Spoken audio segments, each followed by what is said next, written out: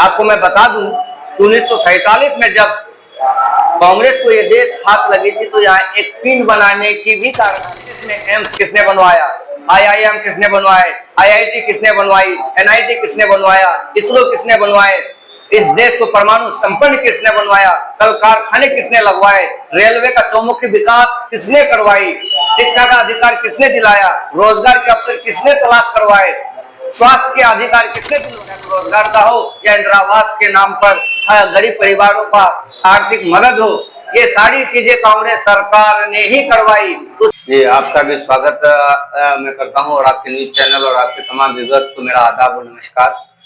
योजना जो हमारी सरकार आएगी, इंडिया गठबंधन की सरकार आएगी, उसी को लेकर के हम लोग डोर टू डोर कैंपेन कर रहे हैं पिछले 2 महीनों से और लोगों को ये बता रहे हैं कि ये अधिकार क्या है मेरी सरकार आने पर, जैसे दवाई का अधिकार, रोजगार का अधिकार, शिक्षा का अधिकार, महिला सशक्तिकरण का अधिकार, इस तरह की सारी योजनाएं हम पर काम चल रही है। स्थानीय स्तर पर भ्रष्टाचार के मुद्दों पर आपकी पार्टी क्या नीति अपनाएंगे? ठीक है, भ्रष्टाचार इस सरकार में, ये डबल इंजन की सरकार में भ्रष्टाचार चरम सीमा पर है। तो सबसे पहले हमारी सरकार आने के बाद भ्रष्टाचार पर ही लगाम लगेगी। भाजपा या अन्य दलों के मुकाबले में कांग्रेस को क्यों बेहतर विकल्प मानते हैं? ठीक है, हमारे जननायक राहुल गांधी पिछले 2-2.5 सालों से निरंतर लोगों के बीच जा रहे हैं, कभी पैदल चल रहे हैं, कभी बाइक से चल रहे हैं, कभी गाड़ी से रैलियां कर रहे हैं और हर एक के पास पहुंचते, चाहे वो मखाना उपजाऊ करने वाले के पास हो, किसानों के पास हो, मजदूर यूनियन से हो, किसान यूनियन से हो, स्टूडेंट यूनियन से हो, या आपका मतलब जिस तरह का लेबर यूनियन जो है, इन सभी यूनियनों के पास जा करके उनकी परेशानियों को समझने की कोशिश किए और उस परेशानियों को निजात दिलाने के लिए आने वाली सरकार, जब भी हमारी सरकार बनेगी 29 में इंशाल्लाह, तो इन सारी चीजों पर काम किया जाएगा। कांग्रेस पार्टी की एक विशेषताएं बताएं जो अपने कार्यकाल में एक काम की गिनती पे आया और बड़ा काम। देखिए सर, कांग्रेस लमसम 48-49 साल शासन किया इस देश में। आजादी के बाद हमारे पास एक भी कारखाने नहीं थे, हमारे पास इंस्टीट्यूट नहीं था, हमारे पास स्वास्थ्य की कोई सुविधाएं नहीं थी और रोजगार के कोई अवसर नहीं थे। उस टाइम कांग्रेस को हाथ लगी ये देश और वहां से इस देश को आगे बढ़ाने के लिए, चाहे वो हॉस्पिटल का औद्योगिकरण हो या रोजगार का औद्योगिकरण हो, रेलवे लाइन आप जितने भी देख रहे हैं, रेलवे लाइन क्या कहते हैं, रेलवे लाइन के बाद आप आ जाइए हॉस्पिटल में, हॉस्पिटल के बाद आईआईटी, आईआईएम, एनआईटी, इसरो और जितनी भी बड़ी चीजें आप यहाँ देखेंगे वो कांग्रेस की देन है। भूमिहीनों के लिए जमीन दिलाई गई और मकानहीनों के लिए इंदिरा गांधी आवास योजना लाया गया। ये सारी चीजें तो हमारी सरकार की है। उसका सिर्फ नाम बदल करके ये सरकार अपने आप को कह रही है कि हम विकास किए हैं। बताइए इनका विकास में कोई एक नाम? रेलवे हमने लाया, हमारी सरकार लाई रेलवे का चौमुखीकरण कांग्रेस के जमाने में हुआ और अभी वंदे भारत, उच्च भारत क्या कर रहे हो आप? अभी आपने इंदिरा गांधी आवास योजना का नाम बदल के प्रधानमंत्री आवास योजना कर दिया। गरीबों के लिए, गरीबों के बच्चे की शिक्षा के लिए क्या कहते हैं, जवाहर नवोदय विद्यालय था, उसका भी नाम बदल करके आप विकास का बात बोल रहे हैं, एयरपोर्ट खोल रहे हैं बिहार में, ट्रेनें चलने लगी है और हाईवे लाइनें बनने लगा है। प्रत्येक घर में 10-10 हजार रुपया दिया जा रहा है। आपकी पार्टी तो चुनाव से पहले कागज पत्र लेते हैं, उसके बाद 2500 रुपया महीना देंगे। अब मैं बता रहा हूँ, ये नई बात नहीं है कि पहला एयरपोर्ट बना है बिहार में, ऐसा तो है नहीं। इससे पहले पटना एयरपोर्ट बना, उससे पहले और भी एयरपोर्ट बने हैं, गया एयरपोर्ट भी बना है ना, बना है। अभी विकास यूं तो देखिए, देश तरक्की करेगी, आवश्यकता जल्द बढ़ेगा, आवश्यकता आविष्कार की जंगी है। जो ही लोगों को अब अगर लगेगा कि नहीं हमें अब और सुविधाएं चाहिए तो और भी किशनगंज में भी बन सकता है, वैसे है ना, जैसे तो किशनगंज में भी आवंटन किया हुआ है, हर जिला में कांग्रेस ने करवा रखी है, इमरजेंसी में कहीं भी लैंडिंग करवाया जा सकता है हर जिले में। तो ये उनकी उपलब्धियों में से नहीं है। हाँ, मैं मानता हूँ विकास हुआ मेरे क्षेत्र में, किया, अच्छी बात है, मैं खुश हूँ, लेकिन ये ढिंढोरा पीटना कि बिहार की धरती पर मैंने और मैं ही, मेरी सरकार ने ही क्या कहते हैं एरोप्लेन के लिए हवाई अड्डा बनाया है, तो गलत बात। अच्छा रेणु जी बताने का कोशिश। और रही बात, आपने सवाल पूछा 10-10 हजार रुपये अकाउंट में दिया जा रहा है, तो आप बताइए 10,000 में कौन से रोजगार होगा भाई इस महंगाई के दौर में? अगर एक मिनट सुनिए सर, सही वो चला देते हैं 10,000 रुपये, उनको 2-2 लाख रुपया देंगे। आप 2-2 लाख रुपया देंगे नहीं, आर्थिक सहायता करेंगे, उसका फिर आपका रिटर्निंग भी है। सबसे पहली बात पूरा टर्म एंड कंडीशन पढ़िए, पूरा टर्म। रोजगार में तो रोजगार कर सकते हैं ना सर, रोजगार के अवसर के लिए तो पहले भी दिया जा रहा था, लेकिन 10,000 में, एक मिनट सुनिए, 10,000 में आप कौन सा बिजनेस कीजिएगा? और यहाँ कौन सा, सर एक मिनट सुनिए ना, यहाँ रोजगार के अवसर क्या है? आपको फॉर्चून की दुकान करनी पड़ेगी, या कोई आलू प्याज की दुकान लगानी पड़ेगी, या किसी तरह का कोई ठेला ही लगाना पड़ेगा। एक मिनट सुनिए, अगर ठेला भी लगाते हैं तो एक ठेला की कीमत जानते हैं आप? 12 से 13,000 रुपया आता है। एक ठेला नया बनवाइएगा तो 12,000 में आपको रोजगार दे रहे, क्या लेगा? सब्जी खरीदेगा कि ठेला खरीदेगा? अगर 10,000 में सही चलाते तो उन्हें तो फिर मिलेगा 2 लाख। चलाएंगे तब ना जब मेरे पास होगा। अब चलाने के टाइम ही इतना कम दे रहे हो। अभी 110 रुपया लीटर के करीब पेट्रोल है, मैं आप बोला कि जाओ 10 रुपया का तेल डालो और किशनगंज जाओ, जा पाएगा? गाड़ी जाएगी? गाड़ी जाएगी? नहीं जाएगी गाड़ी, नहीं ना। 2500 रुपया आपका चुनाव जीतने के बाद आपकी पार्टी देगी। देखिए सर, देखिए हम लोग अलग ऐलान कहते हैं, अलग ऐलान से मुराद है कि हम लोग पूरे अनाउंसमेंट के साथ खाते हैं। ये देख सकते हैं, ये घर घर अधिकार, माँ बहन मान योजना, माँ बहन योजना नहीं है, माँ बहन मान योजना है, उसी को अपग्रेड करके घर घर अधिकार का मतलब ये है प्रावधान लेके आया गया है। घर घर अधिकार में है कि हर महिला को 2500 रुपया पर मंथ दिया जाएगा, विधवाओं के लिए 1500 से 2500 रुपया तक दिया जाएगा, विकलांगों को भी वही दिया जाएगा। पहले भी तो 400 की जगह 200 यूनिट बिजली फ्री दी जाएगी। लेकिन हम क्या कहते हैं, ये सारी चीजें मिलेगी कब?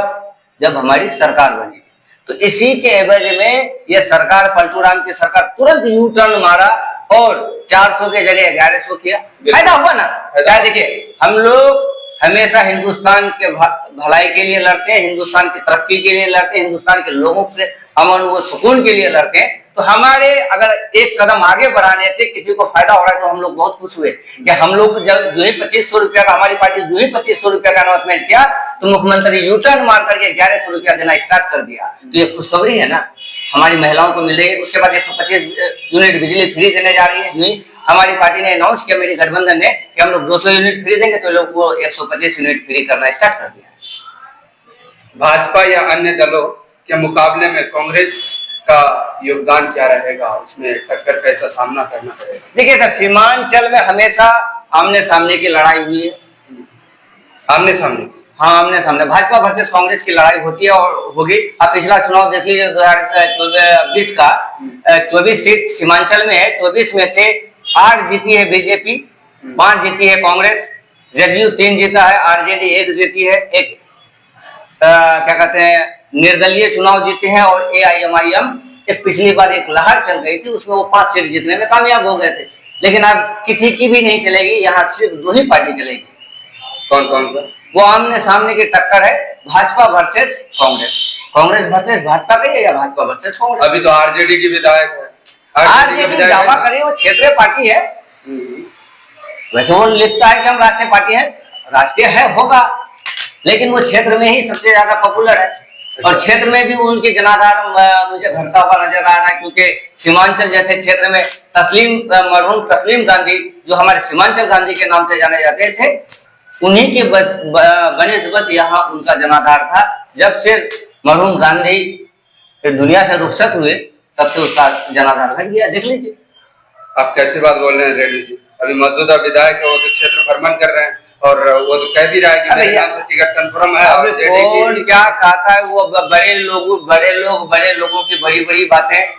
अभी कोई चीज का कंफर्मेशन नहीं हुआ है। हम लोगों से सर्वे रिपोर्ट मांगा गया, तो हम लोग सारा सर्वे रिपोर्ट दे चुके हैं और सर्वे के आधार पर हम लोगों को जो दिशा व निर्देश दिया गया है कि बाबू ऐसे ही हम लोग, क्योंकि हम सब पार्टी में सबसे छोटे दिखते भी हैं और है भी अपने संगठन में किशनगंज से, तो सबको हमको बाबू करके ही बोलते हैं कि देखिए हम लोग 3 सीट एट एनी हाउ लड़ेंगे। वो 3 सीट में है किशनगंज, बहादुरगंज और अमोर। ये हमारी परंपरागत सीट रही है, लड़ेंगे। लेकिन इसमें और 2 सीटों को मांगा जा रहा है, तो उस पर हम चर्चा करना मुनासिब नहीं समझेंगे। लेकिन ये 3 सीट कंफर्म हमारी पार्टी की तरफ से हम लोगों को बोल दिया गया है। कैंडिडेट कोई भी हो, लेकिन यहाँ से सिंबल कांग्रेस का ही होगा।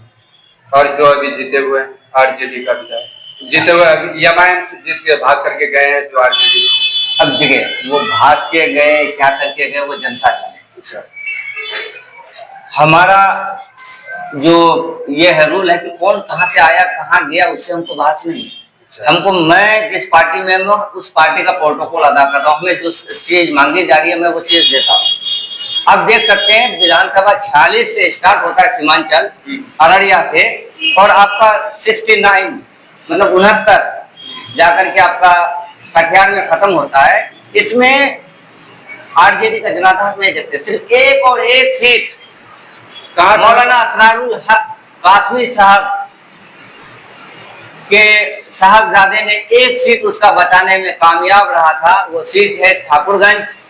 और जो बोल रहे हैं कि ठाकुरगंज की सीट खतरे में है, तो सीमांचल का एक एकलौता विधायक आरजेडी का सऊद असरार साहब है और उसका टिकट कट जाएगा। ये कैसे हो जाएगा भाई? 24 सीट में एक सीट जीतने वाले को निकाल देगा। जहां सुपरा साफ हो रहा था वहां आपका खाता खोल करके रखने वाला बंदे का टिकट उसके पार्टी के कुछ और विधानसभा के लोग बोल रहे हैं कि 100,000 का टिकट कट जाएगा। मैं चैलेंज करता हूं उन सभी को जो फेसबुक बाजी कर रहे हैं, उनसे मेरा चैलेंज है कि 100,000 का टिकट अगर कट जाएगा तो मैं राजनीति छोड़ दूंगा। अच्छा, राजनीति छोड़ दूंगा? जी, मैं राजनीति छोड़ दूंगा। आपका कांग्रेस कहाँ से जीता है जरा बताने का कोशिश करें। हमारा कांग्रेस सर देखिए, एक तो किशनगंज से जीता है, उसके बाद आपका पूर्णिया से जीता है 2 सीट पूर्णिया में है। उसके बाद 1 सीट आपका कटिहार में है, क्षेत्र संख्या 67 जो है क्या कहते हैं शकील अहमद खान।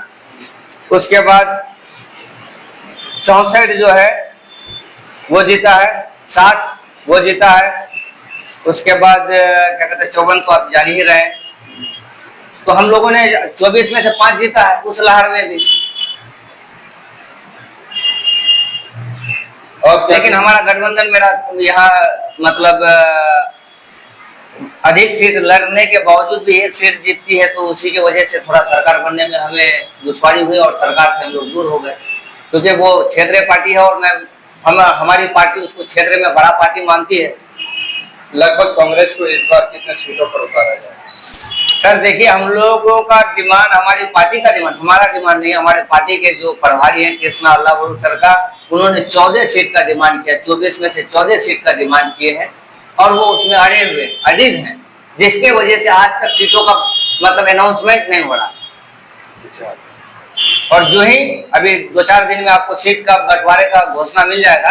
कृष्णा सर से बात हुई, हम लोग पिछले मीटिंग में बात किए कि बाबू बहुत जल्द हम लोग 30 से 2 तारीख के बीच में सीट का अनाउंसमेंट कर देंगे। और क्या कुछ कहेंगे? क्या कहेंगे सर, यहाँ किशनगंज हमेशा से कांग्रेस की सरजमी रही है और रहेगी। यहाँ के लोग अमन पसंद थे, हैं और रहेंगे। यहाँ किसी पार्टी का जनाधार नहीं है सिवाय कांग्रेस। बस यही मेरी वाणी है, यही मेरा कथन है। इलावा जो भी बोल रहे हैं वो अफवाह में बिलीव ना करें, संयम बनाए रखें।